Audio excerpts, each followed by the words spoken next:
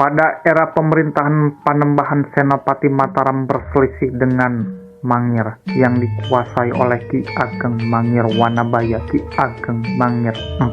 Namun apakah perselisihan itu merupakan fakta, sejarah atau fiksi? Nama Ki Ageng Mangir IV yang memiliki nama asli Bagus Wanabaya ditemukan dalam Babat Tanah Jawa. Naskah tersebut menyatakan bahwa Ki Ageng Mangir masih Trah Prabu Brawijaya V dari Majapahit, sementara Panembahan Senopati pula merupakan Trah Prabu Brawijaya V.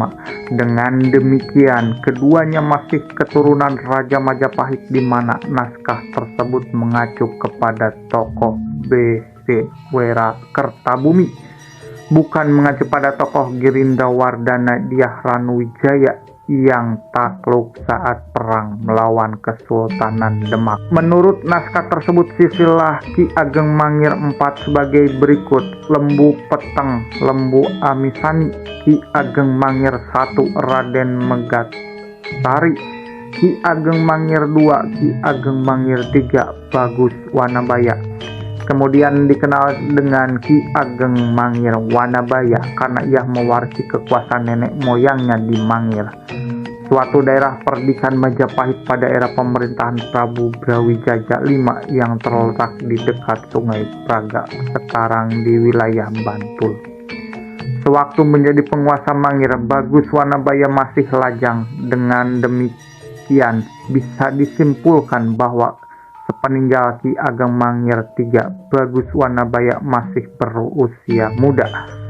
Sungguh pun demikian, Bagus Wanabaya suka kesepuhan yang beraliran sejarah Syekh Siti Jenar. Karena suka lelaku, Bagus Wanabaya dapat memiliki tombak Kyai Baru Kelinting.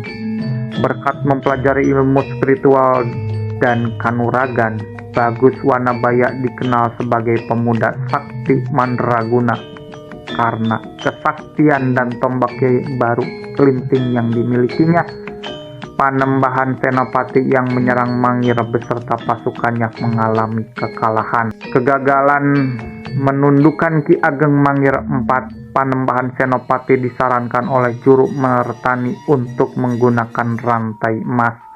Karena Ki Ageng Mangir masih lajang dan sangat tertarik dengan kesenian tayub, maka Panembahan Senopati menggunakan Retna Pembayun, putrinya, sebagai rantai emas. Atas nasihat Juru Mertani, Retna Pembayun menyamar sebagai ledek, penari seni tayub, dengan disertai Adipati Martalaya, Dalang Sandiguna, Ki Jaya Supanta, Ki Sanding Sasmita, Ki Suradipa, dan Nyai Adirasa. Retna Pembayun meninggalkan Mataram. Sesudah mandi di Sendang Kasihan, Bantul, Pembayun beserta rombongan menuju ke wilayah Mangir untuk barang ledek ngamen dengan menarik tayub. Ketika menjadi ledek, Retna Pembayun menggunakan nama samaran Lara Kasihan. Mendengar warta bahwa serombongan kesenian tayub dengan penari berwajah jelita tengah mengamen di wilayahnya, Ki Ageng Mangir berkenan untuk menyaksikan. Maka Ki Ageng Mangir mengutus bawahannya untuk mengundang kesenian tayub itu pentas di halaman dalam Mangiran. Berjublan penonton mendati halaman dalam Mangiran yang cukup luas untuk menyaksikan pertunjukan tayub. Banyak penonton lelaki kaya berkenan ngibing dengan Lara Kasihan. Mereka tidak lagi berpikir berapa banyak uang yang akan digunakan untuk nyawer Lara Kasihan. Sementara bagi laki-laki tak berduit hanya dapat menatap pandangannya pada wajah dan gerakan tubuh menggoda Lara Kasihan saat menari. Melihat kemolekan wajah dan gerakan erotis Lara Kasihan, Ki Ageng Mangir terpikat. Arkian Ki Ageng Mangir berkenan untuk menyunting Lara Kasihan.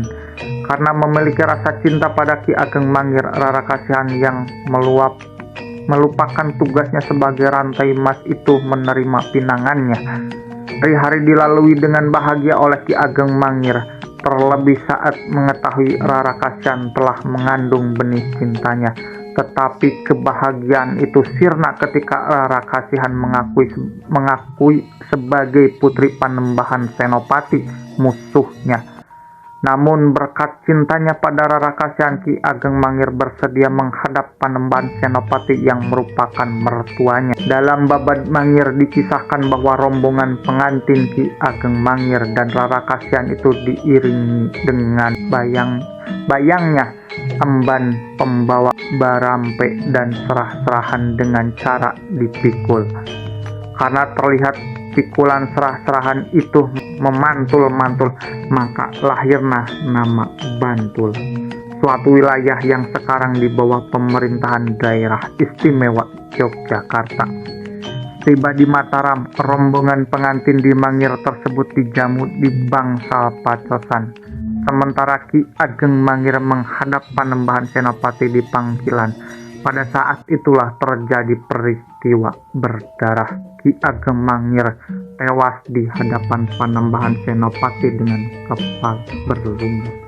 Perselisihan Panembahan Senopati dengan Ki Ageng Mangir sesungguhnya cenderung bersumber dari cerita tutur ketimbang sejarah.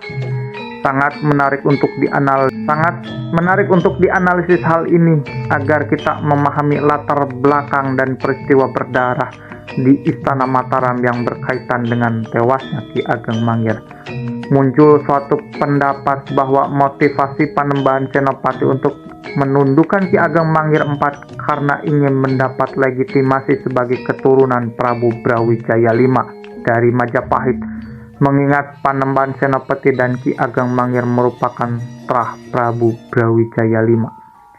Motivasi Panembahan Senopati untuk menaklukkan Ki Ageng Mangir ditafsirkan agar Mataram yang berdiri pada pasca surutnya Pajang tersebut tidak mau tersaingi dengan Mangir, suatu tanah perdikan Majapahit yang dikhawatirkan akan menjadi kerajaan merdeka dan kelak menjadi bayang-bayang kebesaran Mataram. Perihal kematian Ki Ageng Mangir di hadapan Panembahan Senopati di penangkilan terdapat beberapa versi yang bersumber dari tutur tinular. Adapun ketiga versi pendapat tersebut pendapat pertama nyatakan bahwa kematian Ki Ageng Mangir karena kepalanya dibenturkan oleh Panembahan Senopati pada batu gilang yang merupakan singgasana. Bila kisah ini benar, maka berdirinya Istana Mataram telah dilumur darah Ki Ageng Mangir sesudah tewas. Jasad Ki Ageng Mangir dimakamkan di separuh di dalam benteng makam dan separuh berada di luar makam Raja-Raja Mataram di Kota Gede, Yogyakarta. Sampai sekarang makam ini bisa dilihat ketika berziarah di makam tersebut. Pendapat kedua mengungkapkan bahwa Ki Ageng Mangir tidak dibunuh melainkan disingkirkan oleh Panembahan Senopati. Kepada Demang Tangkil, Ki Ageng Mangir dititipkan, maka ketika meninggal Ki Ageng Mangir dimakamkan di wilayah Tangkilan, Gedean, Sleman. Makam Ki Ageng Mangir yang berdekatan dengan sungai tersebut sampai sekarang masih bisa disaksikan. Pendapat ketiga menyebutkan bahwa Ki Ageng Mangir tidak dibunuh oleh Panembahan Senopati namun diusir dari wilayah Mataram. Maka dengan dikawal pasukan Panembahan Senopati, Ki Ageng Mangir meninggalkan ibu kota Mataram. Tiba di desa Banaran, Ki Ageng Mangir dibunuh oleh pasukan Panembahan Senopati. Jasadnya dimakamkan di Tangkilan Godean, Sleman. Pendapat keempat menyatakan bahwa Ki Ageng Mangir tidak dibunuh oleh Panembahan Senopati melainkan oleh Raden Ronggo.